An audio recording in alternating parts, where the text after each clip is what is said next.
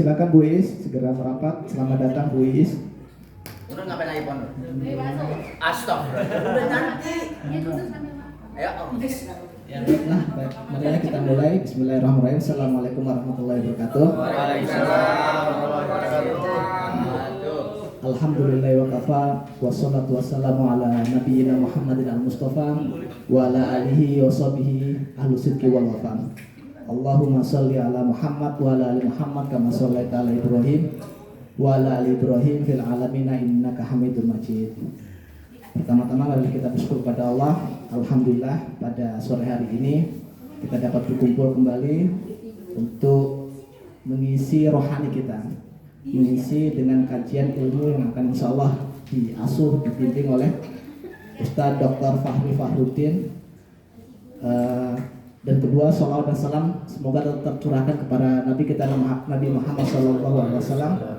Mudah-mudahan dengan kecintaan kita kepada beliau, insya Allah nanti kita kelak akan mendapatkan syafaatnya di hari akhir nanti. Ya, selamat datang Mas Noval. Baru bangun ya. Tamu kehormatan kita Mas Noval. Dan alhamdulillah telah hadir di tengah-tengah kita Ustadz Dr. Fahri Fahruddin, insya Allah yang akan menyampaikan kajiannya. Marilah sama-sama kita simak dan nanti setelah pemaparan kajiannya kita akan mengadakan tanya jawab. Silakan bisa diingat-ingat terlebih dahulu mungkin pertanyaan-pertanyaan apa yang ingin disampaikan, karena biasanya ilmu itu akan semakin keluar ketika ditanyakan Bapak Ibu. Baik, untuk menyingkat waktu dan tempat kami aturkan. Terima kasih Mas Taufik. Bismillahirrahmanirrahim. Assalamualaikum warahmatullahi wabarakatuh. Waalaikumsalam. Alhamdulillah nahmaduhu wa nasta'inuhu wa nastaghfiruh wa na'udzu billahi min syururi anfusina wa sayyiati a'malina. Man yahdihillahu fala mudilla lahu wa man yudlil fala hadiyalah. Saya panggilnya ayah bunda atau apa? Kalau panggil ayah bunda yang single kesinggung. Ada masih baik. Biasanya sih kalau acara kayak ini pakainya rekan-rekan gitu. Baik, rekan-rekan yang dimuliakan Allah Subhanahu wa taala, alhamdulillah kita berkumpul di waktu yang insya Allah mudah-mudahan ijabah di waktu asar. Ya, dan kita panjatkan harapan kita pada Allah Subhanahu wa taala di saat yang sempit ini untuk mendapatkan kebaikan dan keberkahan, bukan hanya untuk diri kita pribadi, juga untuk keluarga dan tentunya untuk lembaga tempat kita bernaung insyaallah. Rekan-rekan yang dimuliakan Allah Subhanahu wa taala, ceritanya acara kali ini adalah kalau saya dapat info ngadain family gathering, ya kan? Sebetulnya apa sih family gathering itu? Saya sengaja tuh tadi cari-cari di kamus besar bahasa Indonesia gitu ya. Terus bahasa Inggris gathering itu apa sih? Ternyata gathering itu acara ya, acara yang diajarkan oleh sebuah perusahaan atau institusi atau apalah yang memang di dalamnya ingin membangun kebersamaan. Betul ya? Membangun kebersamaan, meningkatkan solidaritas, juga kesolidan di antara sesama instrumen yang ada di dalamnya. Dan sebetulnya yang paling harus digarisbawahi dan paling didambakan semua oleh rekan-rekan ya healing sebetulnya. Gitu ya, mencari refreshing. Kalau di Jakarta panas, ternyata di sini juga panas juga, gitu. Gak beda jauh ya. Masya Allah. Sudah berapa hari di sini rekan-rekan sekalian? Mbak Dewi keke pegang 5 hari, kayak udah tinggalin aja dah. Berapa hari? Hari kedua. Apa yang dirasakan? Hah? Masa kalau B aja, nih panitia gagal bikin acara gathering. B aja? Masa sih biasa aja?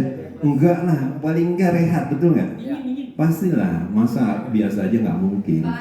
Pasti ada perbedaan. Apa perbedaannya? Yang mungkin selama ini sehari-hari kita berkutat dengan rutinitas kerjaan kita. Alhamdulillah sekarang 2 hari kita agak apa? Relax sejenak, gitu ya. Ya paling enggak ada santai, kemudian ketenangan dan roha. Roha itu kenyamanan dalam diri. Dan ikhwatillah rahimanallah wa yakum, itu yang kita inginkan semuanya. Ketentraman, kesakinahan, kenyamanan, kebahagiaan. Terlebih kebahagiaan itu dirasakan bukan untuk kita sendiri, tapi kebahagiaan yang dirasakan bersama. Seperti hanya kita berkumpul di sini, kita nggak sendiri. Ada anak kita, ada keluarga kita, betul ya? Ada teman-teman kita yang insya Allah semua itu kita cintai karena Allah Subhanahu wa Ta'ala. Artinya, ini baru sebagian kebahagiaan yang Allah berikan sama kita, yang selama ini kita selalu panjatkan dalam setiap doa kita. Rabbana atina fid dunya hasanah. Jadi hasanah di dunia adalah kebahagiaan bersama. Di antara tafsirnya adalah ketika kita mendapati keluarga yang sakinah, ya, istri yang salihah, anak yang taat, suami yang saleh, yang semuanya membangun dalam rangka ketaatan pada Allah Subhanahu wa Ta'ala. Ini baru di dunia, dan kita merasakannya kayaknya masih kurang, Ustaz. Pengen 5 hari kalau mau gitu ya. Tapi tahukah rekan-rekan sekalian bahwa apa yang kita harapkan saat ini, kenyamanan, kebahagiaan, itu pun bisa kita dapatkan nanti di jannah Allah Subhanahu wa Ta'ala. Sampai kata Allah Subhanahu wa Ta'ala dalam Al-Qur'an surat Fussilat, ya a'udzubillahi samil alim minasyaitonir rajim, wa lakum fiha ma tashtahi anfusukum. Jadi dalam jannah itu kalian akan memperoleh segala kenikmatan yang kalian inginkan. Percis seperti yang kita inginkan saat ini di dunia. Healing ya, Masya Allah, lihat view-nya indah kan? Ya, kalau saya tiap malam lihat view itu, makanya kalau mau datang aja ke rumah, gitu ya. Tinggal nongkrong di belakang rumah itu view-nya gelap, kebon semua. Kalau di sini Masya Allah, tapi memang ternyata jadi ada nilai ekonomisnya, gitu ya. Dan memang orang butuh roha, jiwa itu butuh apa ya? Butuh dihibur. Ya, butuh dipacu, karena ada satu masanya terkadang kita lelah dan yang dikhawatirkan pada ujungnya menjadi futur. Ini berbahaya. Nah, yang saya ingin garis bawahi, apa yang kita dambakan, ya, kenyamanan, kebahagiaan, ketenangan, itu semua kita akan dapatkan pula di surga Allah Subhanahu wa Ta'ala. Dan kenyamanan inilah yang seharusnya menjadi orientasi kita, rekan-rekan sekalian. Kalau seandainya hari ini, berapa hari kita? 3 hari di sini? 3 hari saja itu sudah memberikan sebuah kebahagiaan tersendiri, dan itu berkumpul bersama keluarga. Coba bayangkan kalau seandainya ya kebersamaan ini tidak terputus, itu sampai di surga Allah Subhanahu wa Ta'ala. Dan kita nggak sendiri, sama istri kita, sama anak-anak kita, sama teman-teman kita, sama komunitas yang ada di sini, luar biasa. Ya, jannatin yadkhulunaha atau jannatu adnin yadkhulunaha wa man shalah min abaihim wa azwajihim wa dzurriyyatihim. Surga Aden yang mereka masuk ke dalamnya bersama orang-orang soleh dari bapak-bapaknya, istri-istrinya, dan cucu-cucunya. Artinya nggak sendiri. Ini kebahagiaan yang seharusnya jadi orientasi kita. Maka dalam ayat yang tadi kan, barang siapa yang faman zuhziha 'anil nar wa udkhilal jannah faqad faz. Barang siapa yang diselamatkan dari api neraka lalu dimasukkan ke dalam surga, dia akan mendapatkan keberuntungan yang luar biasa sekali. Dan yang paling sangat menggembirakan itu adalah saat keberuntungannya dirasakan bersama. Jadi nggak cuma 3 hari nih, ya. Di akhirat kita bisa selamanya mendapatkan kebahagiaan yang selama ini kita dambakan dalam diri kita. Pemandangan yang indah, gitu ya. Lalu apalagi materi yang mungkin selama ini kita dambakan, kenikmatan yang sama sekali nggak pernah terbesit dalam hati kita, nggak pernah terlihat mata, bahkan tidak pernah terdengar oleh telinga. Saat itu kita akan merasakan, dan bukan hanya kita, tapi adalah siapa? Keluarga kita. Sampai tafsirnya kata Ibnu Katsir rahimahullah, apa kata beliau katakan? Beliau mengatakan maksud ayat ini adalah Allah akan mengumpulkan seseorang bersama keluarganya, orang tua, istri, dan anak cucunya di jannah. Ini adalah dalil, gitu ya. Salah satu dalil bagaimana sebuah keluarga itu bisa masuk surga bersama-sama. Jadi Allah akan mengumpulkan mereka dengan orang yang mereka cintai di dalam jannah. Dan satu dengan yang lainnya bisa saling tarik-menarik. Sampai ada hadis yang mengatakan seseorang derajatnya naik di surga karena istighfar siapa? Anaknya. Coba bayangkan.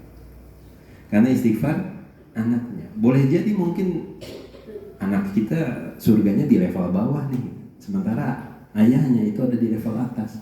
itu pun bisa menjadikan penarik bagi anaknya untuk sama-sama berkumpul di surga yang sama. Ini luar biasa sekali. Kemudian apa kata Ibnu Katsir rahimahullah? Sampai-sampai Allah mengangkat derajat yang rendah menjadi tinggi tanpa mengurangi derajat keluarga tanpa mengurangi derajat keluarga yang tinggi itu harus turun enggak, tapi justru yang di bawah dinaikkan ke atas. Ini khawatirullah rahimahullah wa yakum. Saya bacakan lagi tafsir Syekh As-Sa'di yang lainnya.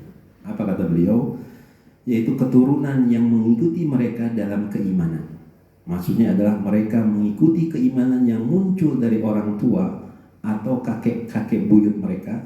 Lebih utama lagi jika keimanan muncul dari diri anak keturunan itu sendiri. Kadang kita suka nyeleneh ya. Kita kan Islam iman karena gimana siapa? Gimana bapak kan?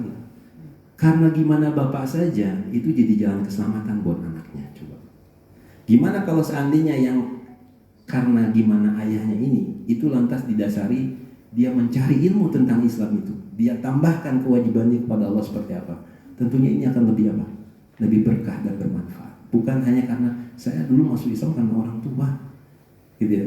Kalau seandainya orang ini tahu tentang ayat ini saja, seharusnya dia bersyukur. Ya, sampai kata ulama karena sebab orang tuanya Islam saja dan dia di saat itu diislamkan oleh orang tuanya, itu bisa memasukkan dia ke dalam apa? Jannah. Itu sampai seperti itu ikhwatul rahmanallah. Jadi bisa saling tarik menarik di antara kita. Nah inilah yang orientasi yang seharusnya dibangun bersama oleh setiap kita dalam membina rumah tangganya. Dan ternyata ulama mengatakan sebetulnya di dunia itu ada surga yang bisa dimasuki oleh seorang mukmin, dan kalau seandainya dia tidak memasuki surga dunia, jangan harap dia bisa masuk surga dan di akhirat. Kata Ibnu Taimiyah, ya, beliau mengatakan inna fid dunya jannah man lam yadkhuluha lam yadkhul jannah al-akhirah. Bahwa di surga itu ada surga, dan barang siapa yang belum masuk ke dalam surga maka dia tidak masuk surga di akhirat nanti. Apa sih yang masuk surga di dunia ini? Kata Ibnu Qayyim al-Jauziyah, ternyata yang masuk surga di dunia di sini adalah kenikmatan dia beriman kepada Allah dan merasa bersyukur dia bisa beribadah dan taat pada siapa? Allah Subhanahu wa ta'ala.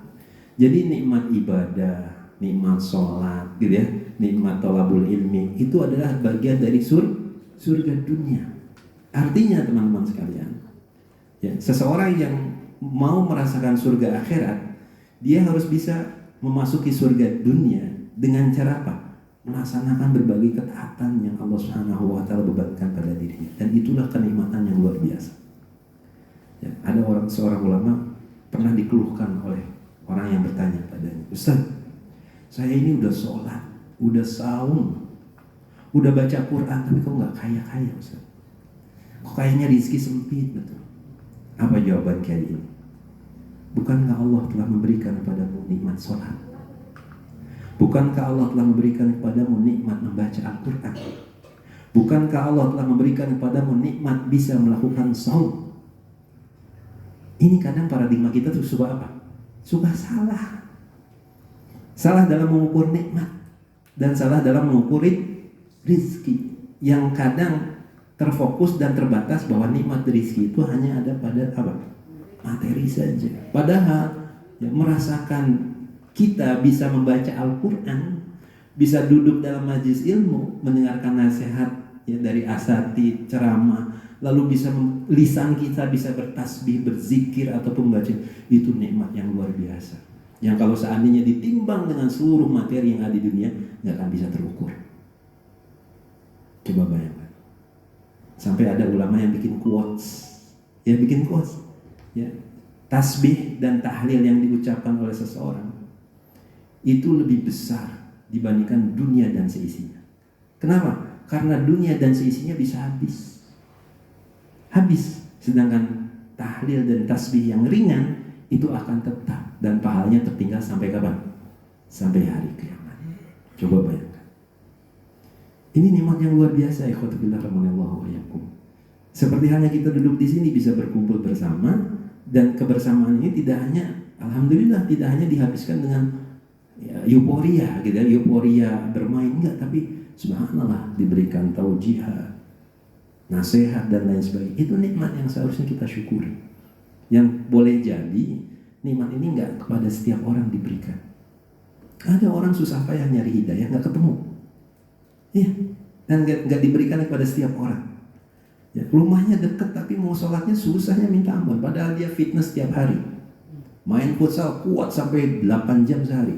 Tapi sekedar melangkahkan kaki untuk sholat berjamaah beratnya minta ampun. Ada apa ini?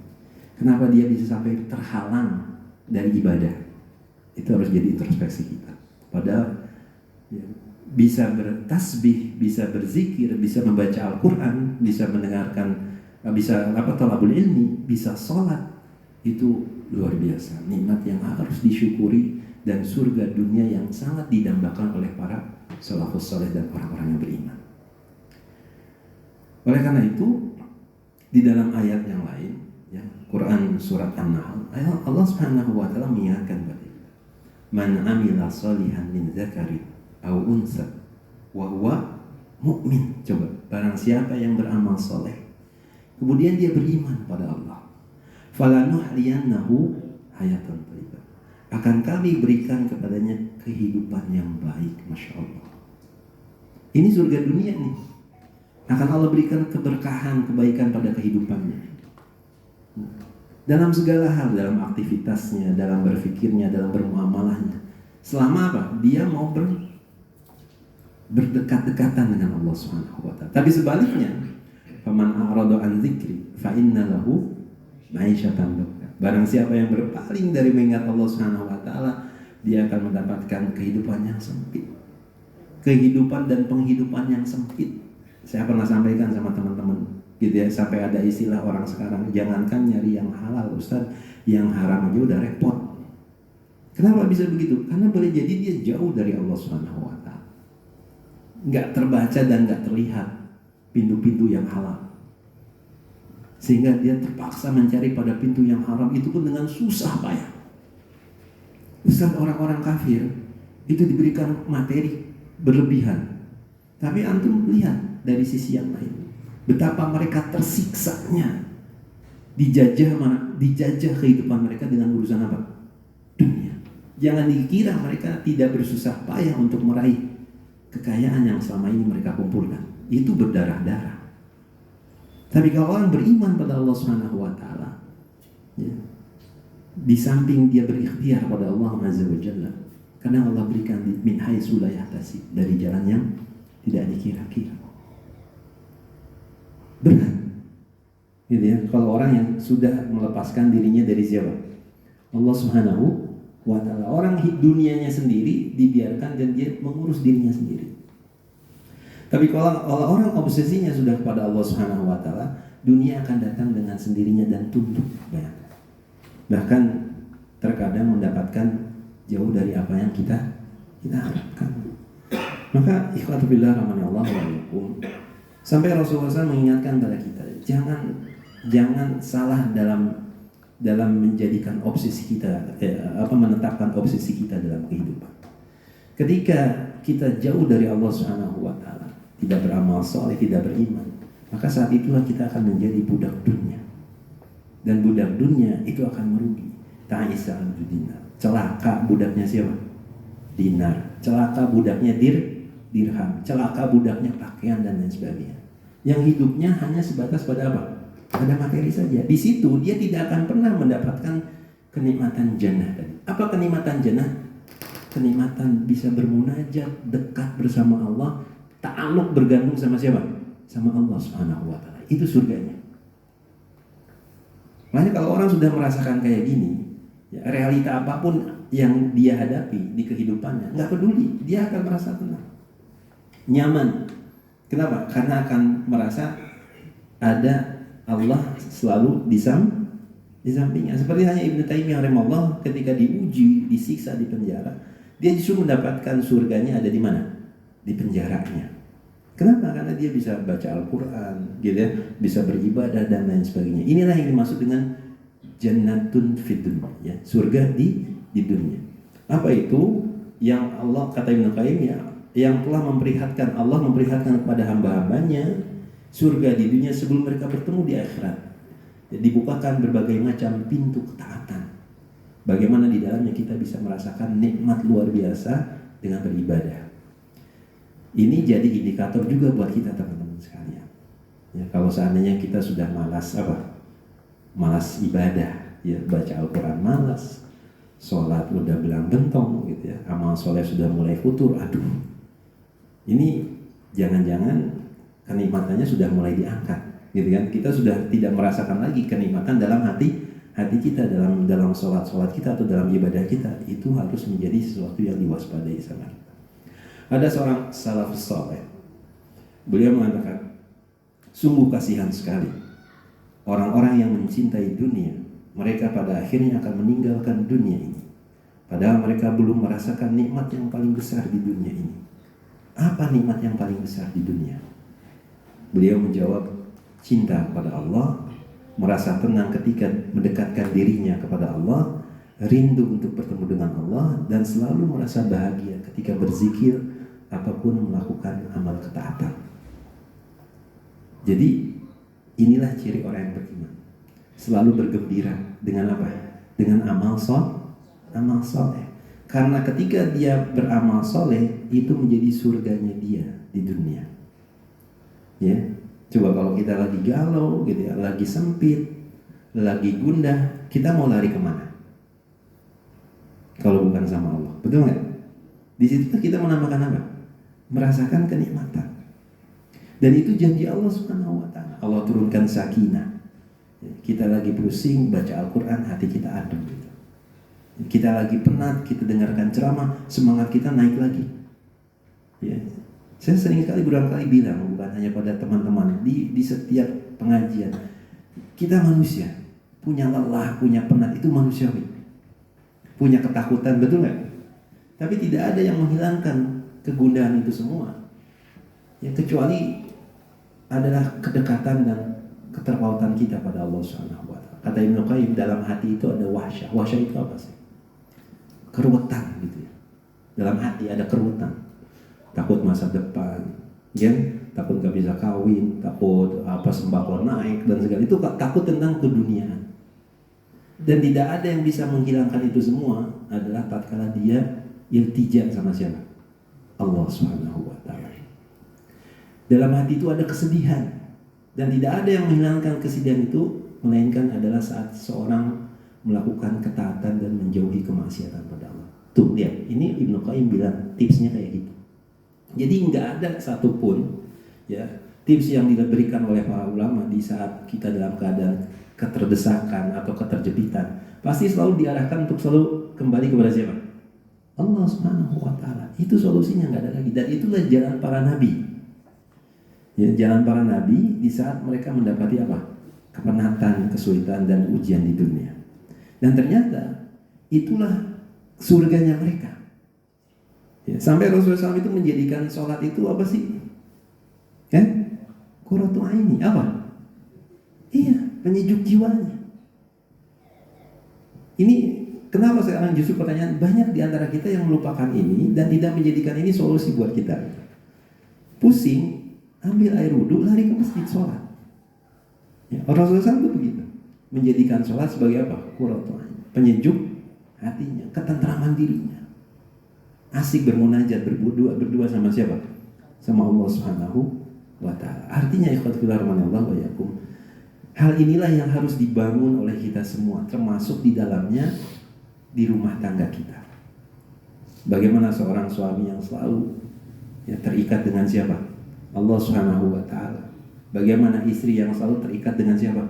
Allah Subhanahu wa Ta'ala. Begitu pula dengan bagaimana anak-anak kita yang selalu kita jaga dan kita bina untuk selalu dekat dengan siapa? Allah Subhanahu, supaya mereka bisa mendapatkan hasanat di dunia, merasakan kebahagiaan dan surganya di dunia. Sebesar apapun episode kehidupan yang akan mereka lewati, selama mereka akan terikat dengan Allah, mereka pasti akan melaluinya dengan ketentraman. Saya jamin itu. Ya, nggak akan ada polemik yang betul-betul menggoncangkan jiwa mereka. Mereka akan selalu kembali pada siapa? Allah Subhanahu wa Ta'ala. Kita kan ingin bersama terus, betul nggak? Maka jaga kebersamaan kita di dunia dengan cara apa? Ikat rumah tangga kita untuk selalu dekat sama Allah Subhanahu wa taala. Nah, pertama, saya ingin mengingatkan buat saya pribadi di sini. Lantas upayanya bagaimana, Ustaz? Upayanya supaya kita bisa bersama. Saya ingin ingatkan pada diri saya pribadi dan pada rekan-rekan sekalian, ya, ada tugas-tugas penting yang harus kita emban, ya, supaya kebersamaan kita bisa terus, ya, sampai di surga Allah Subhanahu wa taala. Apa yang pertama? Ini khususnya bagi para suami. Ya. Allah ingetin dalam Al-Quran supaya menjaga keluarga kita dari api neraka. Dari sekarang, bukan nanti. Betul nggak? Dari sekarang. Ya. Kita harus evaluasi. Kalau saya ilustrasikan di sini, alhamdulillah kita bisa lihat anak-anak kita berenang, betul nggak? Coba nanti mereka di surga berenangnya di air sungai susu, kolam, wah luar biasa. Kita saksikan di jannah Allah Subhanahu wa taala. Tapi untuk bisa ke sana, prosesnya saat ini. Gimana caranya? Yang paling utama, jaga mereka dari api neraka. Artinya ada kewajiban bagi orang tua untuk mengevaluasi aktivitas orang-orang yang menjadi tanggung jawabnya saat ini. Ya. Apa upaya kita supaya istri dan anak kita jauh dari neraka? Nih, istri saya ini pakaiannya kira-kira menjauhkan dia dari neraka apa enggak ya? Harus begitu. Nih, ini istri saya bergaulnya, teman-temannya kira-kira menjauhkan dia dari neraka apa enggak ya? Gitu. Betul nggak? Iya. Lalu apa lagi? Ini suami saya setiap hari kerja, kira-kira nafkahnya jauhin saya dari api neraka apa enggak ya? Harus begitu. Ini anak saya setiap hari bermainnya itu menjauhkan dia dari api neraka apa enggak ya? Ini anak saya selama ini pendidikannya bisa menjauhkan dia dari api neraka apa enggak ya, gitu loh. Jangan-jangan selama ini diajarinya justru yang menjerumuskan dia ke dalam api neraka, nauzubillah. Dan kita membiarkan itu. Waduh, katanya mau bersama gitu kan. Tapi kok dibiarkan? Jangan. Mulai di list sama kita ini sekarang. Termasuk sampai urusan makanan itu sampai di ini makanan buat keluarga saya bisa menjaga mereka nggak dari api neraka gitu. Jangan-jangan waliyazubillah kan, ini ada hasil yang haram, hasil riba, hasil judi dan lain sebagainya, nauzubillah. Jangan-jangan saya nggak sensitif di sini. Saya membiarkan ya istri saya berpenampilan tidak baik, auratnya terbuka, bergibah di sana sini. Dia bergaul dengan lingkungan yang tidak baik, teman-temannya yang mengajak pada kesesatan. Kita harus bawel di sini. Kenapa? Orang saya ditugasin buat jaga kalian dari api neraka. Gimana itu? Ya, kata para ulama nih, sebelum anak istri dihisab, yang dihisab siapa? Suami dulu. Paling kenceng Mbak Dewi dong, misalnya kayak dendam. Beneran itu. Gitu ya. Kita harus mempersiapkan gitu ya. Narasi-narasi kita di dalam keluarga untuk menjadi hujah kita nanti di akhirat bahwa kita telah melakukan misi ini gitu. Jangan dikira Allah Subhanahu wa taala enggak tanya ini. Ini supaya kita bisa gatheringnya nggak cuma sekarang gitu. Gatheringnya juga sampai apa? Sampai surga nanti. Cuman ini luar biasa. Ya, jadi mulai sekarang dievaluasi teman-teman sekalian. Ya, dan evaluasi harus menyeluruh. Yang kedua, mengajak keluarga kembali kepada Allah. Ini pesan Allah dalam Quran surat Yusuf ayat 108. Ya, menyuruh kepada siapa? Pada Allah Subhanahu wa taala. Membekali ya keluarga kita, membekali keluarga dengan ilmu pengetahuan yang bisa mengenalkan mereka kepada siapa?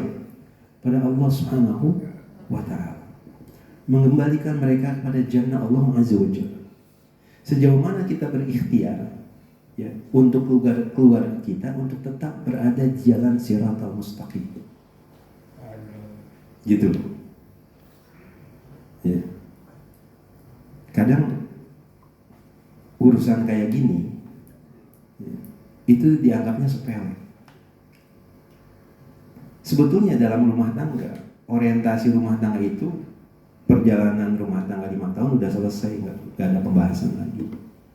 Ini rumah tangga kita mau kemana sih gitu. Tapi saya menemukan ada yang 20 tahun masih bingung. Ini sebenarnya rumah tangga kita mau kemana sih? Sampai pada akhirnya, ya, permasalahan ini nanti akan berimbas kepada ketidaksepakatan kita dalam mentarbiyah anak kita. Ini fatal juga, Pak. Ya, ini anak mau disolehkan dulu, atau mau ditakwakan dulu, apa mau dipinterkan dulu gitu. Ya, sampai bingung. Sehingga apa? Rumah tangga nggak jelas arah juntrungannya, dan itu sering terjadi teman-teman sekalian. Yang belum nikah ada berapa orang di sini? Nah, jadi jangan sampai terjadi kita yang sudah jadi pelajaran buat kita ya. Saya sendiri baru sadarnya setelah sekian tahun. Mungkin setelah hijrah baru sadar, ini rumah tangga mau dibawa kemana sebetulnya. Yang belum nikah harus sudah ada tujuan yang jelas. 5 tahun udah harus selesai dan sepakat dengan pasangan. Kita mau kemana nih rumah tangga kita. Enggak, Dinda, saya ingin kita bersama sampai surga. Oke, sepakat. Dari situ baru diturunkan nanti bagaimana tahapan-tahapannya, termasuk pola asuh dan pembinaan terhadap siapa? Anak. Itu harus sepakat. Nah sekarang banyak yang terjadi, sadarnya apa? Telat, betul nggak?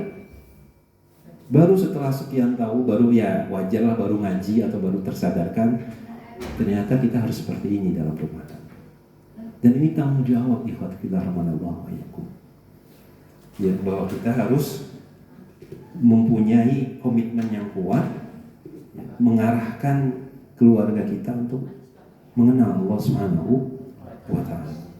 Kemudian yang berikutnya, menjaga keluarga agar tidak sesat dan celaka dengan petunjuk Allah Subhanahu wa Ta'ala. Artinya dikenalkan keluarga kita tentang ketentuan hukum-hukum Allah, tentang syariah.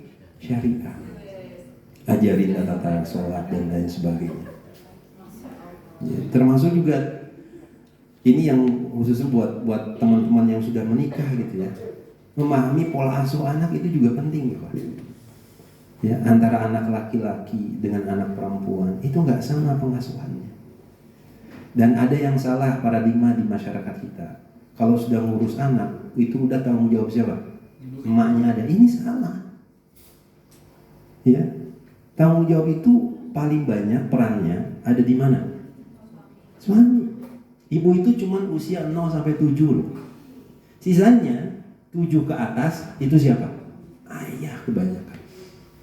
Nih rekan-rekan sekalian, saya kemarin di seminar parenting ada sebuah penelitian mengatakan kasus di Indonesia ini setiap tahun, nauzubillah min dzalik, lebih di atas 60% anak remaja putrinya itu sudah tidak perawan lagi. Di Indonesia artinya virginitas bukan sesuatu yang tabu. Kenapa? Ketika digali ternyata mereka selalu masalahnya kembali pada fatherless, kehilangan jati diri seorang ayah. Nah untuk anak laki-lakinya apa? Berimbas kepada sifat dan karakter kelelakiannya. Sehingga ketika remaja mereka tumbuh bukan untuk sebagai lelaki, tapi tumbuh menjadi lelaki yang bertulang lunak. Apa maksudnya? Nah itu LGBT sekarang. Anak remaja yang sudah apa? Sudah keperempuanan-perempuanan karena nggak ada figuritas ayah di keluarganya. Jadi pengasuhan itu tanggung jawab siapa? Tanggung jawab bersama. Dan pola pengasuhan itu harus dipelajari dan diketahui oleh kita. Itu berbeda antara laki-laki dengan perempuan. Cara komunikasinya juga harus berbeda dan harus tahu penempatannya. Itu Allah Subhanahu wa Ta'ala sudah ajarkan kepada kita. Dan itu bukti keseriusan kita kalau kita mau terus bersama dengan siapa? Dengan keluarga kita sampai di surga. Contoh ya, ini saya contoh pola pengasuhan yang enggak tepat dan enggak sepakat antara suami sama istri. Kadang ya, misalnya istrinya doang yang paling pengen ke surga, suaminya masih angot-angotan. Istrinya rajin qiyamul lail, suaminya malah sepertiga malamnya dihabisin nonton bola. Itu nggak sepakat namanya. Makanya perlu dibangun secara kebersamaan. Termasuk cara komunikasi. Beda antara kita komunikasi dengan anak balita, kemudian anak remaja, ataupun yang sudah lebih dewasa.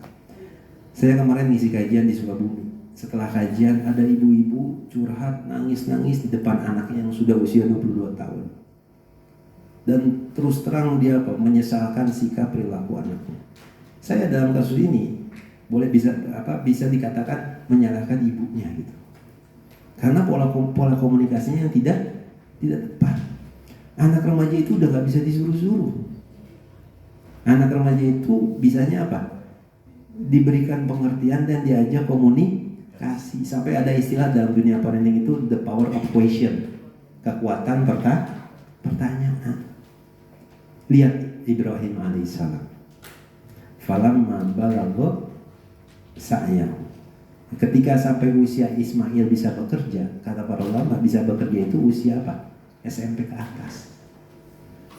Apa kata Ibrahim? Wahai anakku, aku diperintahkan sama Allah untuk membunuhmu. Lihat, perintahnya bukan dari perintah pribadi, perintahnya dari siapa? Allah Subhanahu wa taala. Ismail tahu itu perintah Allah. Dan Ibrahim juga tahu ini perintah Allah yang nggak perlu dipertanyakan seharusnya. Tapi lihatlah kebijakan seorang ayah. Ya. Dia sampaikan alasannya, lalu dia minta pendapat sama anaknya. Fanzur madza tara. Menurutmu gimana ini? Subhanallah.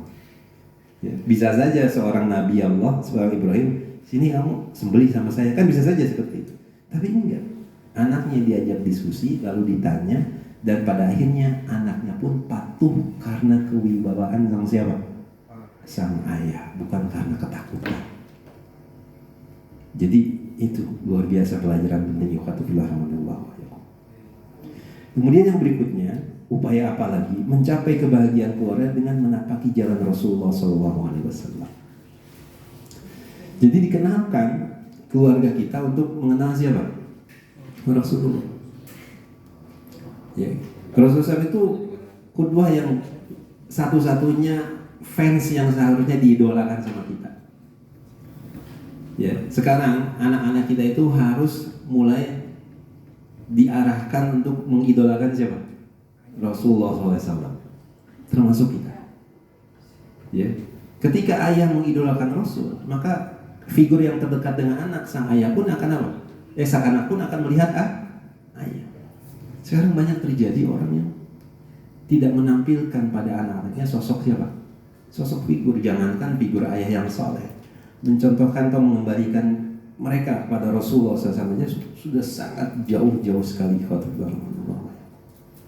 Ini sangat sangat menyedihkan sekali sebetulnya. Ya, jadi tidak mungkin kita bisa mendapatkan kebahagiaan kebersamaan bersama kalau ternyata dalam rumah tangga kita sendiri nggak ada figur kebaikan di dalamnya. Ya. Lalu yang berikutnya, menegakkan tiang agama.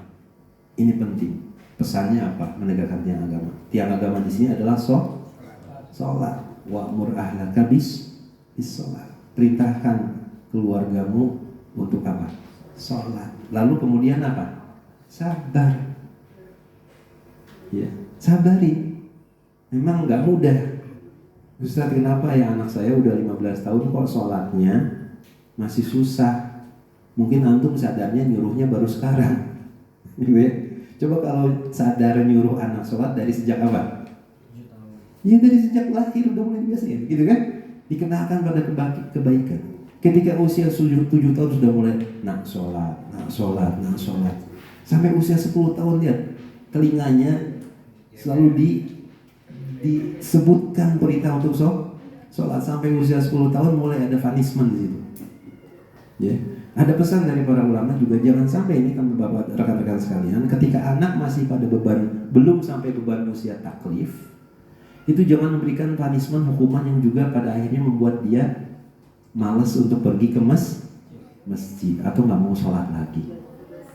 Anak 6-7 itu belum ada kewajiban untuk sholat. Targetnya apa sih? Target mereka cuma suka untuk sholat, itu aja.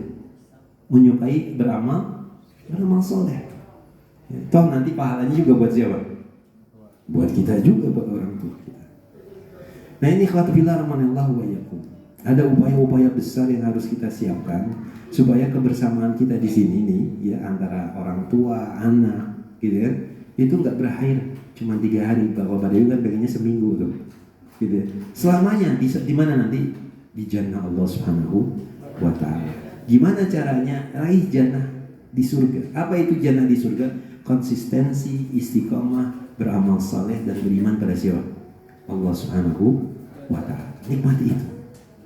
Ya, kalau saja kita sudah mulai jadi indikator buat kita ya, kalau sudah mulai malas ibadah gitu kan, nggak mau beramal saleh atau malas menuntut ilmu, hati-hati. Ya, ini jangan sampai kenikmatan ini dicabut sama siapa? Sama Allah Subhanahu wa Ta'ala. Rugi kita.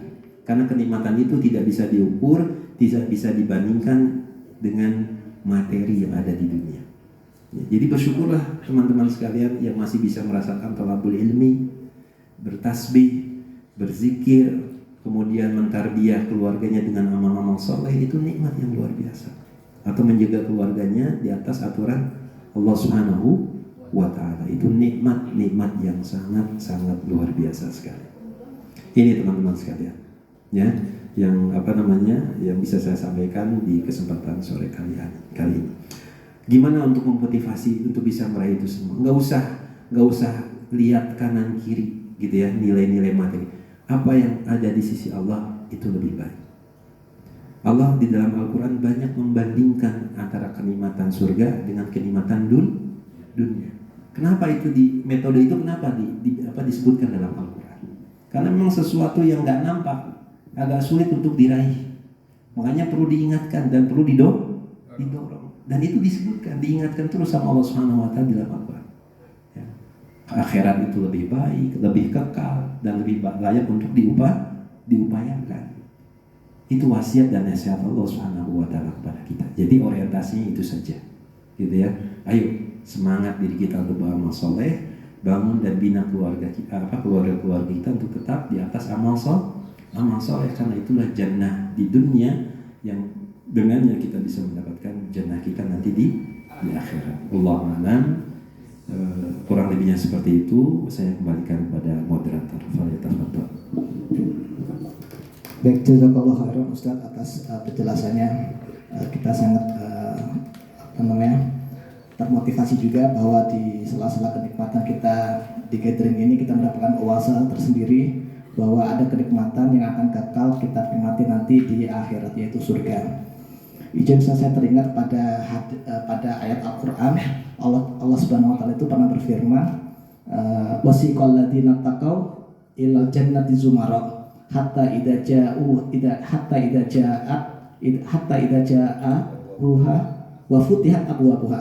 Nah, kemudian ketika di ayat setelahnya itu Allah Subhanahu wa Ta'ala berfirman, wasiqal ladzina taqaw ilal jannati zumara ila jahannami zumara hatta idza ja'uha futihat abwabuha. Nah, di sini ulama itu memberikan tafsir Bapak Ibu bahwa nanti ketika di surga itu, ketika kita berjalan di giring, kemudian kita melihat ada sosok, mungkin kita melihat ada secercah cahaya, maka disitulah itu surga. Kenapa? Karena pintu surga itu selalu terbuka. Makanya ketika di ayat tersebut dikatakan bahwa futihat menggunakan kata wa. Sementara ketika Allah menyebutkan tentang neraka itu tidak menggunakan kata wa, artinya pintu neraka itu tertutup. Jadi kita mengingatkan kita kembali bahwa jangan-jangan nanti ketika di akhirat kita akan melihat tuh, apakah ketika digiring itu di hadapan kita tertutup atau ada cahaya. Kalau kita gelap itu hati-hati Bapak Ibu. Itu artinya kita akan menuju ke neraka. Naudzubillah min dzalik. Tapi kalau kita melihat ke depan itu kelihatan cahaya, maka itu bahwa futihat abwaaba. Nah, pintu surga itu sudah dibuka. Kenapa pintu neraka ditutup? Karena hawanya sangat begitu panas sehingga agar tidak sampai keluar. Sementara kalau surga itu untuk menyemangati umat Islam sehingga sudah dibuka terlebih dahulu seperti itu. Ini untuk menyemangati kita bahwa ayo kita bersemangat untuk meraih surganya Allah Subhanahu wa Ta'ala. Seperti itu. Untuk saat ini siapa yang ingin bertanya Bapak Ibu? Silakan. Mungkin dari Mbak Dewi. Tadi Mbak Dewi kencang sekali. Silakan Mbak Dewi. Ada pertanyaan? Sedih amat. Sedih. Mbak Nur ya, Mbak Nur silakan Mbak Nur. Maksudnya belum mati. Mumpung ada suaminya, jadi suaminya yang ada suaminya Mbak Dini. Oke, mungkin saya sebagai pembuka Ustaz ini untuk intuisi atau untuk menyemangati teman-teman bisa bertanya. Kan kita para bapak ini dalam seminggu kita 5 hari bekerja, kemudian kadang Sabtu dan Minggu itu tetap ada pekerjaan. Bagaimana cara kita untuk bisa membina atau mentarbiyah anak-anak kita di sela-sela keterbatasan waktu kita, Ustaz? Begitu juga kepada ibu-ibu, itu bagaimana cara mentarbiyah anaknya di sela-sela kesibukan para ibu-ibu mentarbiyah anaknya, mungkin ketika pagi masih tidur, kemudian ketika pulang malam sudah mulai tidur. Bagaimana cara untuk mentarbiyah di era modern ini? Terima kasih. Ini jadi kajian parenting ya. Baik. Pertama, memang sebetulnya tidak ada alasan sibuk seharusnya buat kita, karena ini masalah penting gitu ya, masalah unsur keselamatan kita di dunia dan akhirat, masalah unsur upaya penyelamatan keluarga kita dari api neraka. Oleh karena itu, sekali lagi, supaya kita tetap termotivasi dan waspada, kita harus ingat pesan ini. Dan ini yang selalu dilakukan oleh para sahabat, yaitu mereka selalu mengingat akan orientasi akhir. Ada di antara para sahabat itu ketika mau tidur sampai nggak bisa tidur. Kenapa? Ingat panasnya api neraka, gitu loh. Sampai akhirnya dia bangun, lalu waktu malamnya digunakan dihabiskan untuk sholat malam. Nah, maksud saya di sini kita juga jangan sampai ternina bobokan gitu ya, atau dengan alasan karena unsur kesibukan lalu kita melupakan unsur tarbiyah bagi siapa? Bagi anak dan istri kita. Walaupun kadang kita berhujah, saya begini tuh buat anak istri Ustaz, buat cari nafkah gitu ya. Tapi bukan itu segalanya ya. Keselamatan akan pemikiran mereka, akidah mereka, ilmu mereka, amal soleh mereka, itu pun adalah sebuah tanggung jawab besar yang harus kita sadari. Oleh karena itu, ayo sama-sama ya, dalam keluarga itu ada tafahum namanya, kesepemahaman. Jadi nggak bisa ini dipikul oleh seorang diri. Nggak boleh tanggung jawab ini dilemparkan ke seorang. Enggak, pokoknya ini tanggung jawab papa aja. Mamanya nggak mau tahu karena mama kan yang anak buah gitu, papanya nggak begitu. Masing-masing ada porsi, gitu ya. 07 tahun itu ibu lebih dominan. Makanya kalau 07 ini seorang anak selalu didampingi oleh seorang ibu dan ibunya tahu betul tanggung jawabnya gitu ya, dan asupan apa yang harus diberikan pada anaknya, saya yakin ini anak akan sukses. Kita sering menganggap the golden age itu adalah di atas usia 15 tahun. Padahal ternyata menurut teori para ulama salah. Dalam Islam itu justru the golden age itu adanya di usia 0 sampai 7 tahun. Bahkan dilebihkan sedikit sampai usia 15 tahun. Disitulah unsur kesuksesan siapa? Anak, dunia dan akhirat. Dulu kan kita nggak gitu ya. Ngaji mah pokoknya sampai ibtidaiyah saja. Yang penting bisa baca Quran, bisa sholat. Setelah itu apa? Sekolah negeri, SMA negeri, cari kampus sukses, gitu kan? Dunia sukses. Padahal agama tuh bukan bicara itu doang gitu. Agama bukan bicara itu. Jadi sehingga terbentuk dalam paradigma kita, nuntut ilmu agama itu udah di SD saja atau di TK, gitu ya.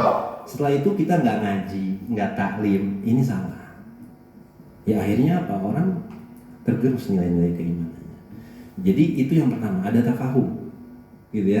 Sehingga ketika ada sama pemahaman dalam masalah ini, masing-masing nanti baru akan melahirkan pengorbanan. Kalau nggak gitu, nggak akan ada yang mau berkorban. Suami merasa waktunya sudah lelah, capek, pengennya istirahat, betul nggak? Istri yang mungkin juga merasa seharian di rumah banyak kerjaan, pokoknya sekarang menggiring, enggak. Tapi ketika ada sama-sama merasakan bahwa ini adalah tanggung jawab bersama, maka di situ ada kesepemahaman, lalu muncul adanya pengorbanan. Nah, ketika sudah sepakat di sini, silahkan buat program rekan-rekan sekalian. Harus ada waktu bersama. Harus waktu bersama. Ya mau nggak mau itu, luangkan sedikit ya, waktu bersama. Lalu juga waktu bersama itu, misalnya waktu bersama antara kita dengan pasangan kita. Ya, kita kan selama ini nggak mau dengar urusan sekolah, pokoknya menyerahin sama ibunya, jangan. Ya kan? Tapi juga harus tahu gimana nih perkembangan anak saya. Jadi ada waktu antara suami dengan siapa? Istri membicarakan nih rumah tangga gimana. Kita udah arah anak-anak kita sudah benar apa enggak nih pendidikannya. Mau sampai kemana? Ada masalah apa nih dengan si bungsu? Ada masalah kan gitu kan? Baru setelah itu ketika menganalisis ada masalah-masalah, buat waktu bersama keluarga.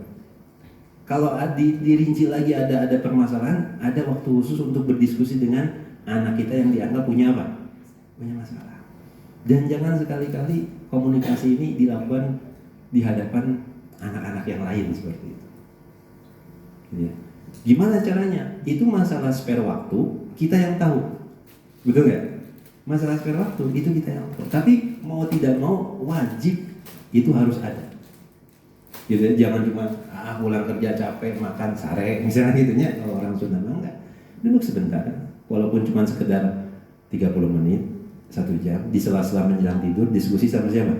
Sama istri. Dan lain sebagainya. Ya, suami butuh pundak untuk merebahkan kelelahannya, istri juga butuh apa? Pundak untuk menceritakan kegundahannya selama di rumah. Dan masing-masing punya bobot yang berbeda-beda, betul nggak? Yang namanya suami juga kalau seharian disuruh di rumah nanganin itu nggak akan bisa, nggak akan ada yang tahan. 1 jam saja dia suruh ngasuh anak balita segini nih, itu udah ngomel-ngomel tuh pasti.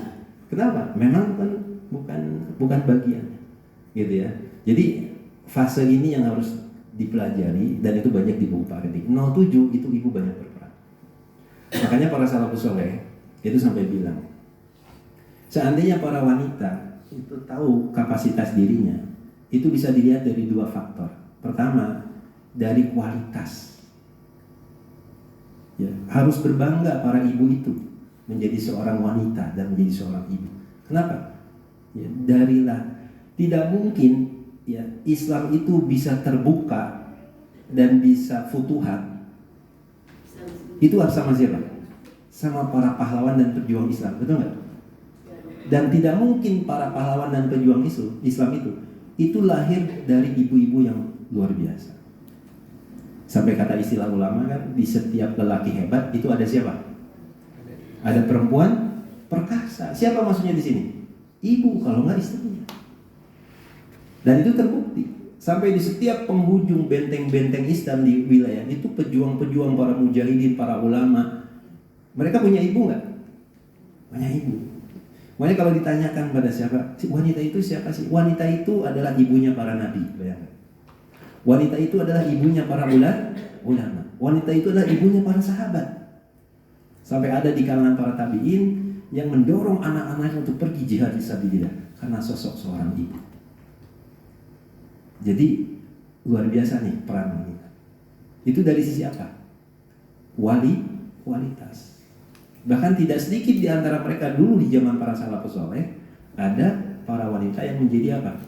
Mujtahid, menjadi ahli-ahli fikih bagi bukan hanya untuk keluarganya, bagi siapa? Bagi masyarakat, bahkan bagi negara. Sampai Aisyah itu jadi mufti di Mekah.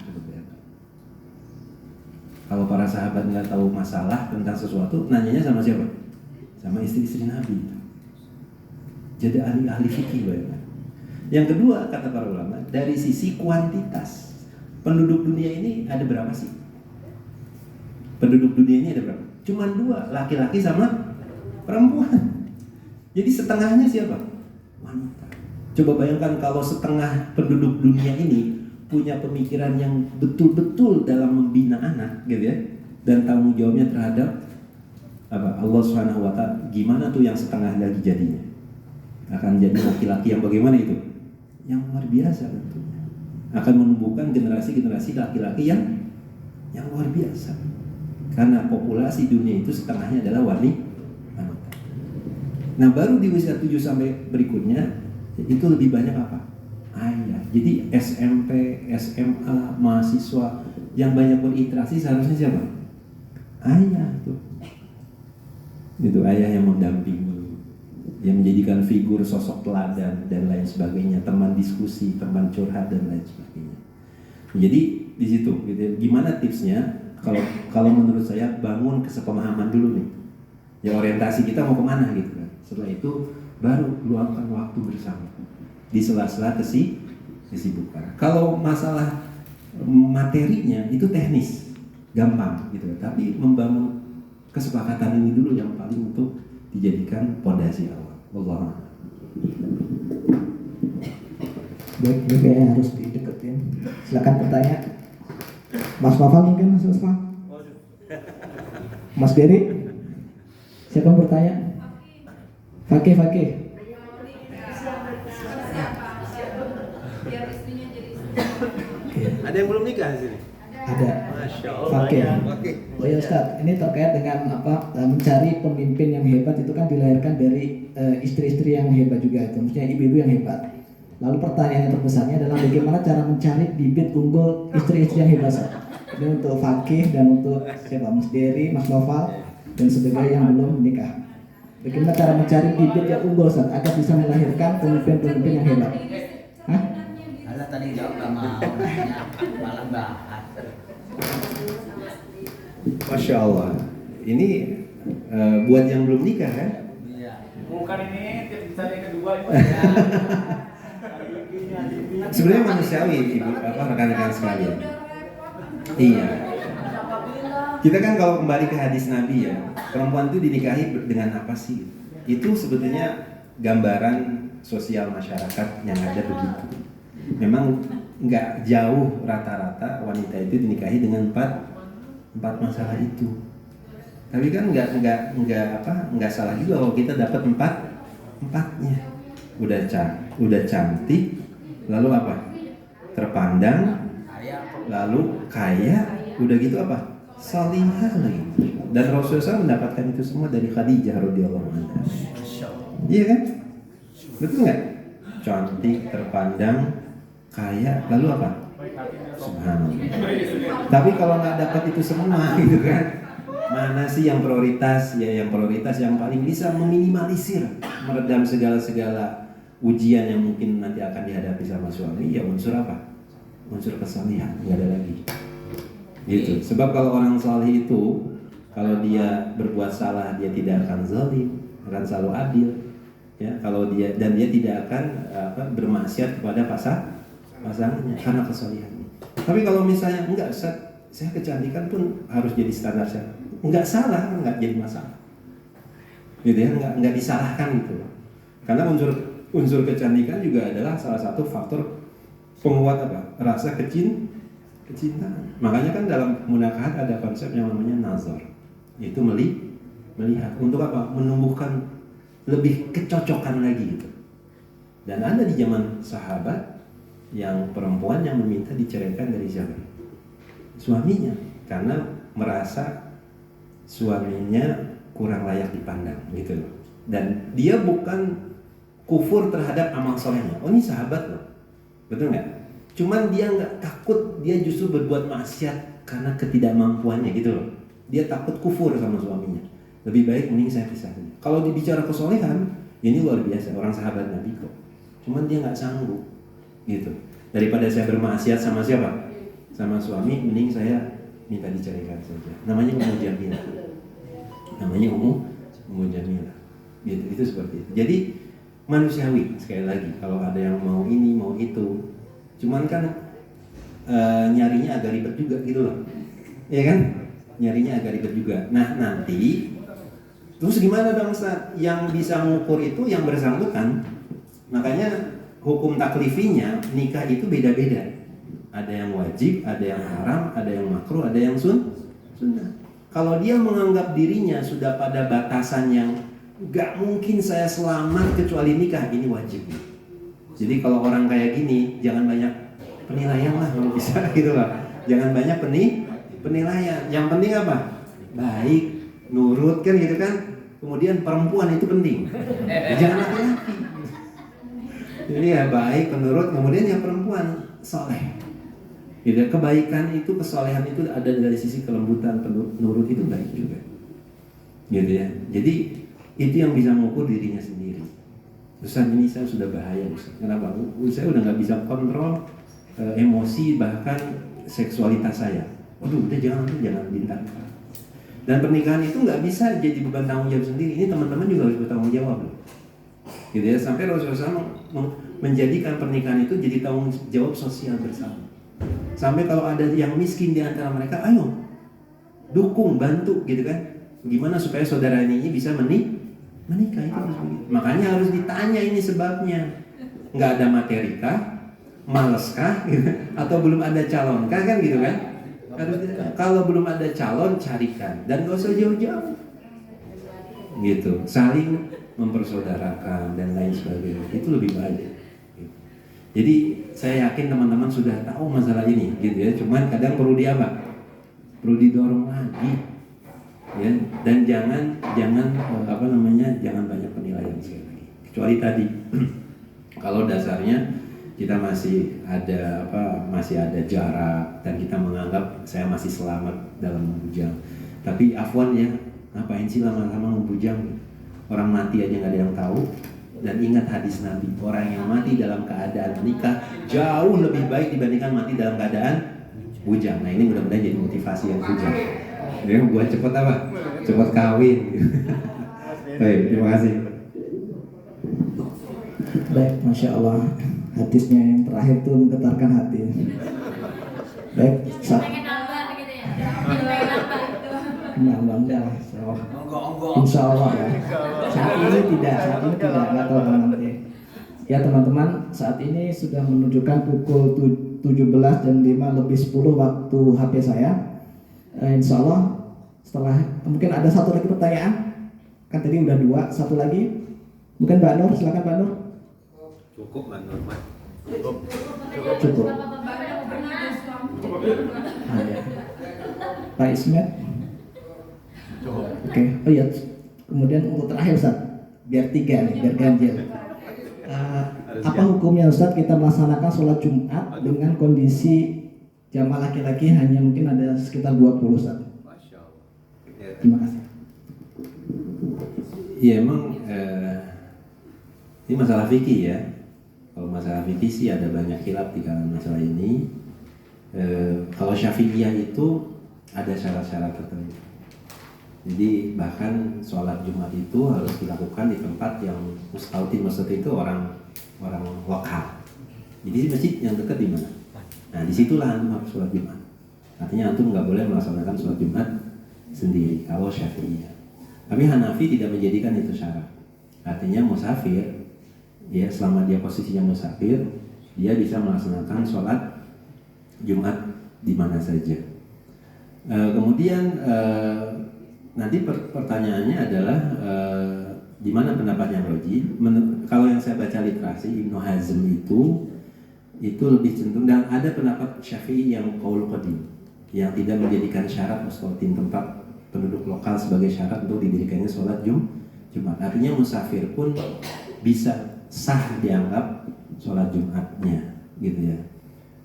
Tinggal masalahnya sebenarnya kan sholat Jumat itu sendiri nggak mesti sama musafir gitu.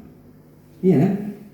Ya musafir itu nggak kena beban rukhsah untuk nggak sholat Jumat. Jadi ngapain dipertanyakan gitu? Gitu maksudnya. Ngapain antum mempertanyakan sholat Jumat sedangkan kondisi antum itu dalam keadaan safar? Jadi gimana? Ya udah sholat zuhur aja, gitu. Cuman mungkin kalau yang hukumnya bukan musafir, maka dia harus sholat Jumat, gitu.